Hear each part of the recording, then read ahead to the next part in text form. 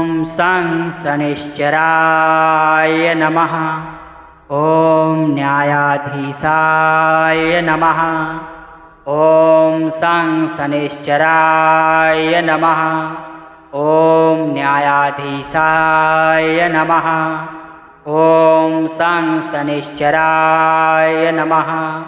ॐ न्यायाधीशाय नमः। ॐ सं शनिश्चराय नमः। ॐ न्यायाधीशाय नमः। ॐ सं शनिश्चराय नमः। ॐ न्यायाधीशाय नमः। ॐ सं शनिश्चराय नमः। ॐ न्यायाधीशाय नमः। ॐ सं शनिश्चराय नमः। ॐ न्यायाधीशाय नमः। ॐ सं शनिश्चराय नमः। ॐ न्यायाधीशाय नमः। ॐ सं शनिश्चराय नमः। ॐ न्यायाधीशाय नमः। ॐ सं शनिश्चराय नमः। ॐ न्यायाधीशाय नमः। ॐ सं शनिश्चराय नमः। ॐ न्यायाधीशाय नमः। ॐ सं शनिश्चराय नमः। ॐ न्यायाधीशाय नमः। ॐ सं शनिश्चराय नमः। ॐ न्यायाधीशाय नमः। ॐ सं शनिश्चराय नमः। ॐ न्यायाधीशाय नमः। ॐ सं शनिश्चराय नमः। ॐ सं शनिश्चराय नमः। ॐ न्यायाधीशाय नमः। ॐ सं शनिश्चराय नमः। ॐ न्यायाधीशाय नमः। ॐ सं शनिश्चराय नमः। ॐ न्यायाधीशाय नमः। ॐ सं शनिश्चराय नमः। ॐ न्यायाधीशाय नमः। ॐ सं शनिश्चराय नमः। ॐ न्यायाधीशाय नमः। ॐ सं शनिश्चराय नमः। ॐ न्यायाधीशाय नमः। ॐ सं शनिश्चराय नमः। ॐ न्यायाधीशाय नमः। ॐ सं शनिश्चराय नमः। ॐ न्यायाधीशाय नमः। ॐ सं शनिश्चराय नमः। ॐ न्यायाधीशाय नमः। ॐ सं शनिश्चराय नमः। ॐ न्यायाधीशाय नमः। ॐ सं शनिश्चराय नमः। ॐ न्यायाधीशाय नमः। ॐ सं शनिश्चराय नमः। ॐ न्यायाधीशाय नमः। ॐ सं शनिश्चराय नमः। ॐ न्यायाधीशाय नमः। ॐ सं शनिश्चराय नमः। ॐ न्यायाधीशाय नमः। ॐ सं शनिश्चराय नमः। ॐ न्यायाधीशाय नमः। ॐ सं शनिश्चराय नमः। ॐ न्यायाधीशाय नमः। ॐ सं शनिश्चराय नमः। ॐ न्यायाधीशाय नमः। ॐ सं शनिश्चराय नमः। ॐ न्यायाधीशाय नमः।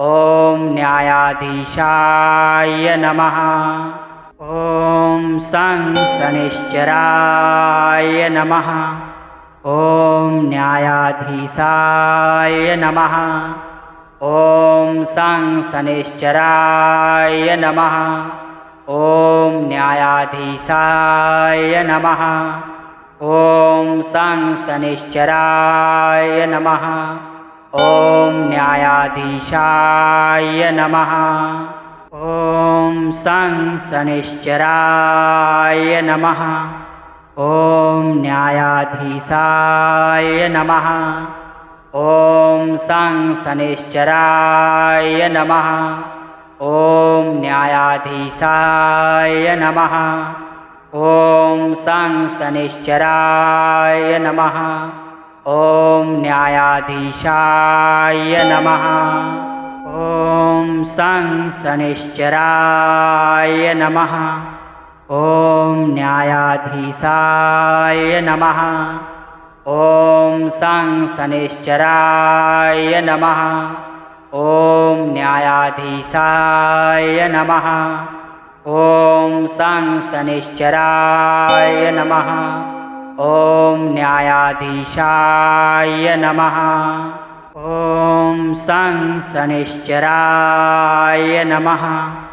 ॐ न्यायाधीशाय नमः। ॐ सं शनिश्चराय नमः।